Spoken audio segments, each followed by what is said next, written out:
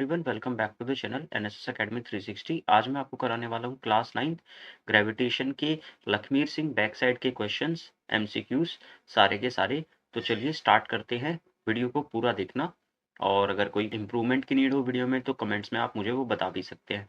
तो चलिए शुरू करते हैं। क्वेश्चन नंबर 56 कहता है an object is thrown vertically upwards with a velocity u। u velocity से एक ऑब्जेक्ट को नीचे से ऊपर की तरफ ऐसे फेंका गया है विद अ वेलोसिटी u, यानी कि u इनिशियल वेलोसिटी से हमने फेंका। अब एक बात बताओ, जब ये मैक्सिमम हाइट जो कि क्वेश्चन में लिखी हुई है कितनी है h, जब ये मैक्सिमम हाइट अटेन कर लेगा तो यहाँ पर जो फाइनल वेलोसिटी होगी वो कितनी होगी? 0 होगी। क्लियर है बात? अब हमसे ये पूछ रहा है कि इन चारों में से कौन सी इक्वेशन इस पूरे सिनेरियो को सेटिस्फाई कर रही है, मतलब चारों ऑप्शंस में से। तो जरा देखो, हमारी इक्वेशन होती है V square minus U square is equal to 2gh। Correct है? ग्रेविटेशन वाले चैप्टर के अंदर, क्योंकि हम ग्रेविटेशन चैप्टर कर रहे हैं इसलिए जो है वो a कन्वर्ट हो जाता है g में और s कन्वर्ट हो जाता है h में। क्लियर? अब ये क्या कह रहा है, फाइनल वेलोसिटी क्या रहेगी? 0 रहेगी, क्योंकि एक हाइट पे पहुंच चुका है ना, इस वजह से। तो यहाँ पे मैं लिखूंगा इसको 0 का स्क्वायर माइनस यू का square is equal to 2gh। बात समझ पा रहे हैं?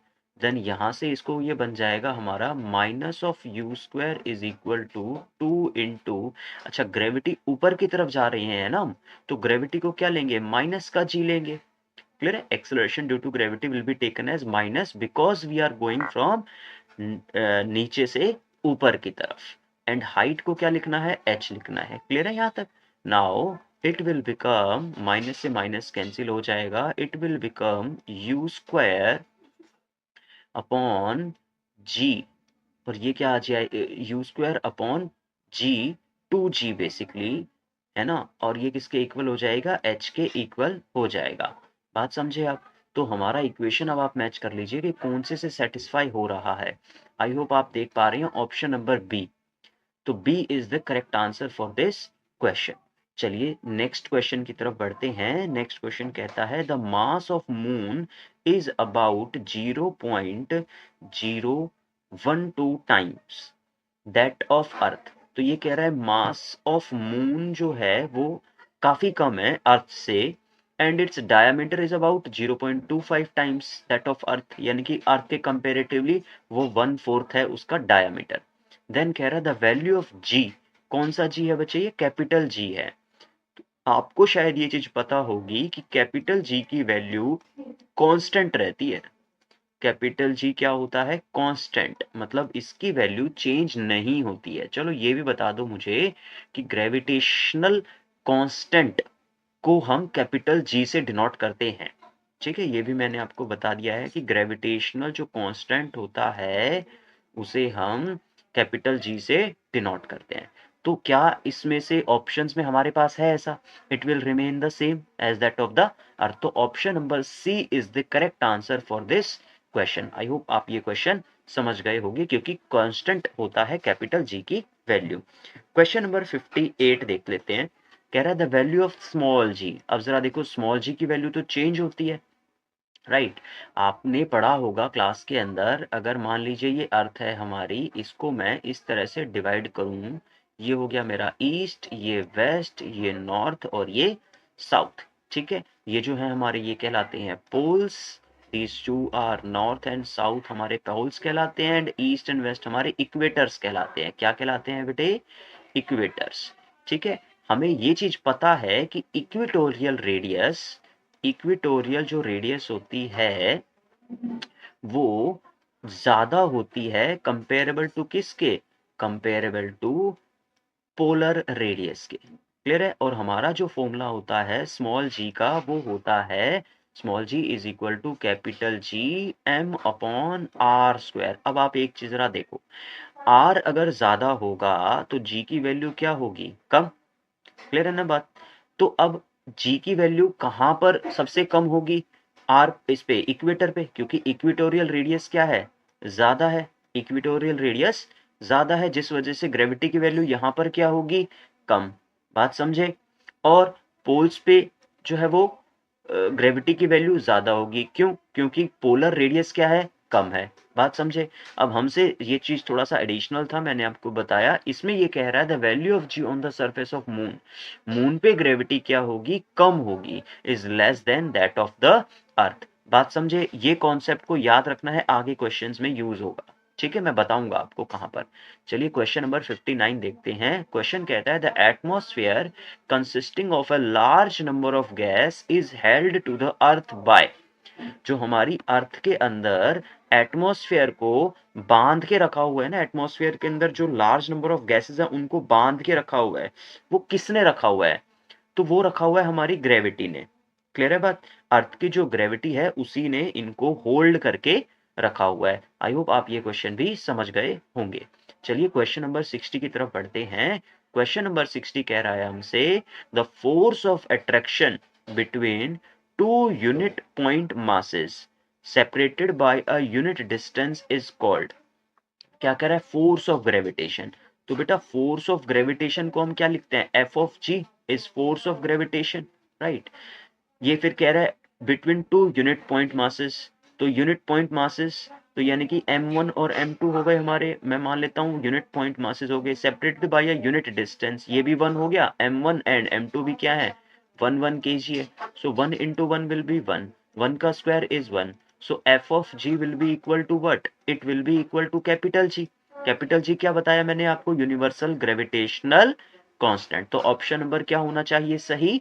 Option number D is the correct answer for this question. चलिए बेटे नेक्स्ट क्वेश्चन की तरफ बढ़ते हैं। Question number 61। क्वेश्चन नंबर 61 कह रहा है the weight of an object at the centre of earth of radius R is, यानी कि अर्थ के सेंटर पे, अर्थ के सेंटर पे जो हमारा वेट होता है किसी ऑब्जेक्ट का वो कितना होगा? तो बेटा हम जानते हैं ना कि वेट का फॉर्मूला क्या होता है? वेट ऑन द अर्थ कह रहे हैं तो weight on earth will be equal to gravity of earth into mass. Clear है बात? भाई W is equal to m into g होता है ना फॉर्मूला। अब मास तो रिमेन्स द सेम, मास तो कांस्टेंट होता है, तो मास का कोई लेना देना है नहीं, चाहे आप कहीं पे भी चले जाओ, चाहे आप मून, चाहे आप जुपिटर, चाहे आप किसी सैटेलाइट स्पेस स्टेशन में चले जाओ, mass of a body remains the same.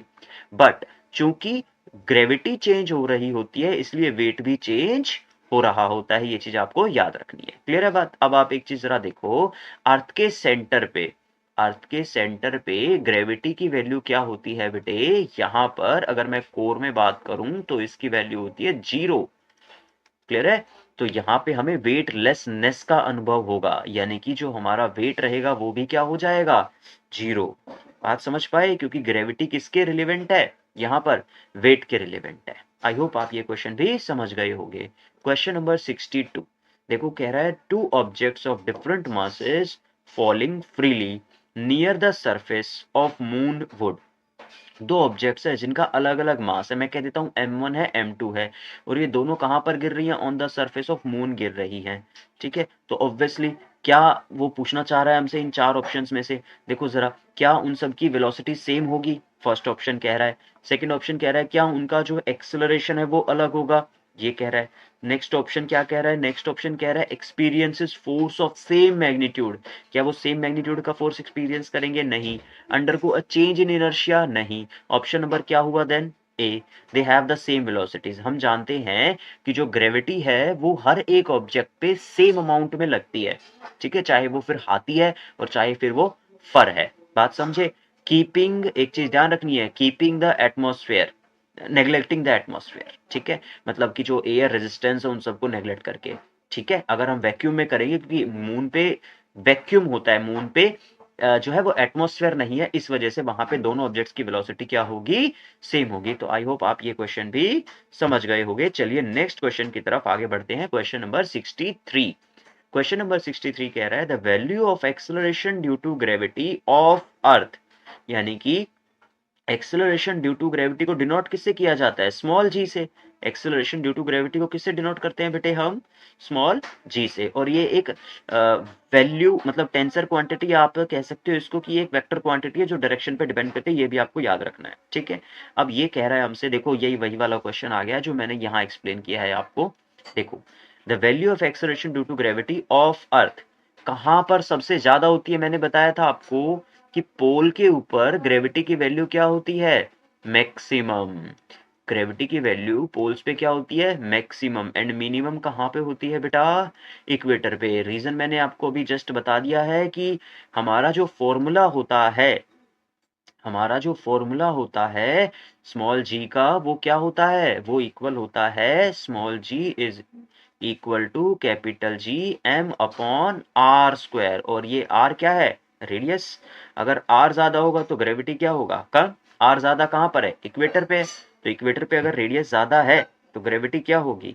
कम होगी। बात समझे? अच्छा, एक छोटा सा मैं क्वेश्चन पूछता हूँ। मान लो किसी व्यक्ति ने इक्वेटोरियल रीजन में रहकर कोई गोल्ड परचेज किया, वेट उसका, ठीक है, उसका वेट कुछ निकल के आया, and then he went through aeroplane और थ्रू एनी हाउ ही और she went to the polar region, ठीक है, क्या वहां पर उसका वेट में चेंजेस आएगा? ये आपके लिए क्वेश्चन है, कमेंट्स में आप इसका आंसर कर सकते हो कि पोल्स पे जब वो व्यक्ति पहुंचा उस गोल्ड को लेके, तो क्या उसके वेट में कुछ चेंज आएगा?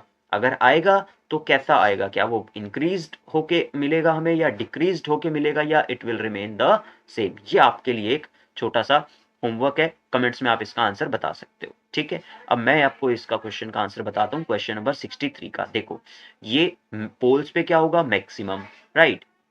तो it increases, it's the same on the equator and pole, नहीं है। It is least on the poles, नहीं, पोल्स पे तो मैक्सिमम है। It is least on the equator, हाँ जी।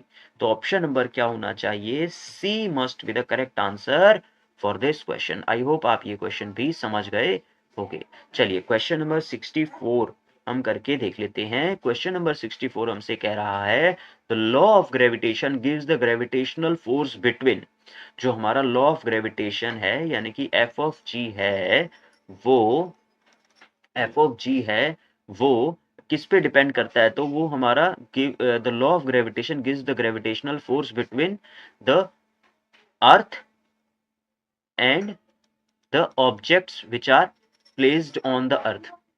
तो एनी टू चार्ज्ड बॉडीज नहीं आएगा, on the earth and the sun only कह रहा है, नहीं आएगा, the earth and a point mass only, ये भी नहीं आएगा, any two objects having some mass. तो ये ऑप्शन इसका सही होना चाहिए, option number C is the correct answer for this question. चलो बेटे क्वेश्चन नंबर 65 करते हैं। Read this question.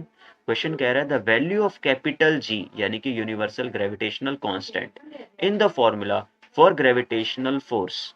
तो क्या कैपिटल जी की वैल्यू किसी चीज पे डिपेंड करती है? भाई नहीं करती है, क्योंकि कैपिटल जी क्या होता है? कांस्टेंट है, और कांस्टेंट की वैल्यू तो फिक्स होगी, तो it will not depends on anywhere. तो आप चेक करो ऑप्शन कौन सा हमारा सही बन रहा है यहाँ पे। तो जहां तक मैं रीड कर पा रहा हूँ, फर्स्ट ऑप्शन कह रहा है depends on the mass of the earth only, नहीं। Depends on the radius of the earth only, नहीं। Depends neither on the mass and nor on the radius. तो option number D is the correct answer for this question. I hope आप ये question भी समझ गए होंगे। चलिए question number 66 read करते हैं, सॉल्व करके देखते हैं। क्वेश्चन कह रहा है two particles are placed at some distances from each other, यानी कि दो पार्टिकल्स हैं और दोनों के बीच का डिस्टेंस है वो कुछ है, मान लेते हैं आर है, राइट। देन कहता है if keeping the distance between them unchanged, यानी कि डिस्टेंस को सेम रखे, mass of each of the two particles is doubled, यानी कि अगर पहले m था अब क्या कर दिया 2m, पहले इसका भी m था अब क्या कर दिया 2m, मास को डबल कर दिया। तो पूछ रहा है ग्रेविटेशनल फोर्स की वैल्यू पे क्या फर्क पड़ेगा? क्वेश्चन समझ पाए? तो भाई हमें पता है ना F of G is directly proportional to किसके होता है? मासेस के, masses of the two bodies, यानी कि क्या हो जाएगा 2m इंटू 2m, और डिस्टेंस को तो क्या रखना है? सेम, तो डिस्टेंस को कोई लेने देना है नहीं, तो ये क्या हो जाएगा हमारा 4 टाइम्स हो जाएगा। आई होप आप ये चीज भी समझ गए होंगे। चलिए नेक्स्ट क्वेश्चन की तरफ अब हम आगे बढ़ते हैं। क्वेश्चन कहता है in the relation F is equal to capital G into M upon D square, D यहाँ पे वही डिस्टेंस है बिटवीन द टू ऑब्जेक्ट्स, ठीक है। क्वांटिटी क्वांटिटी कैपिटल जी क्या होता है? यूनिवर्सल ग्रेविटेशनल कांस्टेंट होता है। क्या इसकी वैल्यू कहीं पे चेंज होती है? नहीं होती है। अब आप ऑप्शन चेक कीजिए, depends on the value of g, नहीं आएगा।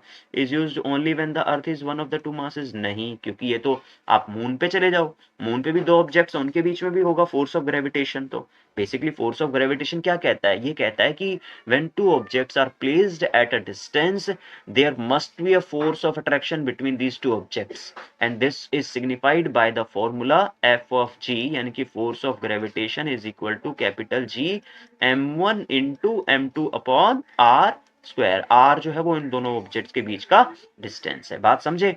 चलो सी ऑप्शन देख लेते हैं, इज ग्रेटेस्ट नहीं, ऑप्शन नंबर डी ही बचा है, तो यही आंसर होगा। पढ़ के देख लो, is one of the same, is of the same value irrespective of the place. सही है ना बात?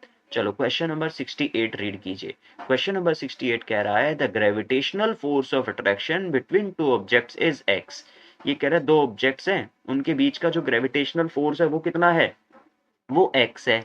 फिर कहता है keeping the masses of the objects unchanged, यानी कि मासेस को सेम रखना है। डिस्टेंस बिटवीन द ऑब्जेक्ट को क्या कर दिया गया है, हाफ। डिस्टेंस को हमने क्या कर दिया, दोनों ऑब्जेक्ट्स के बीच के डिस्टेंस को हाफ कर दिया है। फिर आगे देखो, then the magnitude of gravitational force between them will be. अब आप जरा देखो, F of G is equal to capital G m1 m2 upon are square. भाई ये सेम है, कांस्टेंट होता ही है। ये कह रहा है हमने चेंज नहीं किया, m2 को भी हमने चेंज नहीं किया, हमने r को क्या कर दिया है, सिर्फ हाफ कर दिया है। तो देखो जरा, अगर मैं हाफ को हाफ करता हूं तो ये क्या बन जाएगा, ये बन जाएगा मेरा आर स्क्वायर अपॉन 4, और ये 4 क्या हो जाएगा, ऊपर जाएगा, तो it will become F of G is equal to 4x। ये क्या हो जाएगा हमारा 4x। तो ऑप्शन नंबर 68 का क्या होना चाहिए, डी। आई होप आप ये क्वेश्चन भी समझ गए होंगे। चलिए सेकंड लास्ट क्वेश्चन कर लेते हैं आज की क्लास का। एन एप्पल ऑफ मास 100 ग्राम, इसको थोड़ा मैं स्क्रॉल कर देता हूं ऊपर सो दैट हमें स्पेस मिल पाए। देखो क्वेश्चन नंबर 69 क्या कह रहा है, क्वेश्चन नंबर 69 कह रहा है an apple of mass 100 gram, apple का मास 100 ग्राम है, फ्रॉम अ ट्री, एक नीचे गिरता है, वो ट्री से ग्रेविटेशनल अट्रैक्शन की वजह से अर्थ का लगा रहा है एप्पल के ऊपर, और अर्थ लगा रही है एप्पल पे, एप्पल लगा रहा है अर्थ पे। फिर कहता है हाँ जी दोनों लगा रहे हैं एक दूसरे के ऊपर। अगर आपसे ये पूछता है ना कि अर्थ क्यों नहीं मूव करते हुए दिख रही है, तो अर्थ का मास बहुत ज्यादा है, ठीक है, तो उसका एक्सेलरेशन ना के बराबर है, होता है लेकिन ये चीज ध्यान रखनी है आपको, ठीक है। तो आगे पढ़ लो, if the magnitude of force exerted by earth on the apple is F1 and the magnitude of force exerted by the apple on the earth is F2। Correct है भाई, जो एक फोर्स है वो F1 है और जो दूसरा फोर्स है वो कौन सा है, वो है F2। F1 कौन लगा रहा है, F1 लगा रहा है force exerted by earth on the Apple, यानी कि अर्थ लगा रही है किस पे, एप्पल पे। और F2 जो है वो कौन लगा रहा है, वो लगा रहा है एप्पल किसके ऊपर, अर्थ के ऊपर। अब हमसे ये पूछ रहा है कि कौन सा ज्यादा होगा, कौन सा सेम होगा, या चारों ऑप्शंस में से कौन सा ठीक होना चाहिए। तो जरा एक बात समझो आप मेरी, क्या एफ न्यूटन का थर्ड लॉ क्या कहता है, हमने पढ़ा है ना न्यूटन का third law, every action has equal and opposite reaction, equal and opposite reaction. तो दोनों का जो फोर्स है वो तो क्या होगा, सेम मैग्नीट्यूड वाइज, बट जो है वो साइन क्या होगा, अलग होगा, ठीक है। मतलब F1 की डायरेक्शन क्या होगी, ऑपोजिट होगी टू द F2। बात समझे? तो इसका ऑप्शन क्या होना चाहिए, D must be the correct answer, exactly equal by the Newton's third law of motion. चलिए लास्ट क्वेश्चन डिस्कस कर रहे हैं। क्वेश्चन कहता है according to one of the Kepler's law of planetary motion. बच्चे ये आपके सब सिलेबस से बाहर हो चुका है, अब की बार केपलर्स लॉ नहीं आ रहा है 9th क्लास CBSE 2026 में, बट फिर भी ये आपके बुक में है, मतलब आ गया है, तो मैं इसको आप करा देता हूँ। इसका ऑप्शन सी रहेगा। ये एक रिलेशन होता है r³ is directly proportional to T square के केपलर्स के लॉ के हिसाब से। केपलर ने 3 प्लानिटरी लॉज दिए थे, तो उनमें से जो है वो थर्ड लॉ के हिसाब से ये हमारा थर्ड केपलर्स लॉ के अकॉर्डिंगली ये हमारा रिलेशन होता है। तो आई होप आप ये जो हमने वीडियो में डिस्कस किया ये समझ पाए होंगे। मिलते हैं नेक्स्ट वीडियो में। अगर आपको क्वेश्चन समझ आ रहे हैं, वीडियो समझ आ रही है, कुछ इंप्रूवमेंट की नीड है, तो आप कमेंट्स में मुझे बता सकते हैं। मिलते हैं नेक्स्ट वीडियो में, तब तक के लिए टेक केयर, गुड बाय।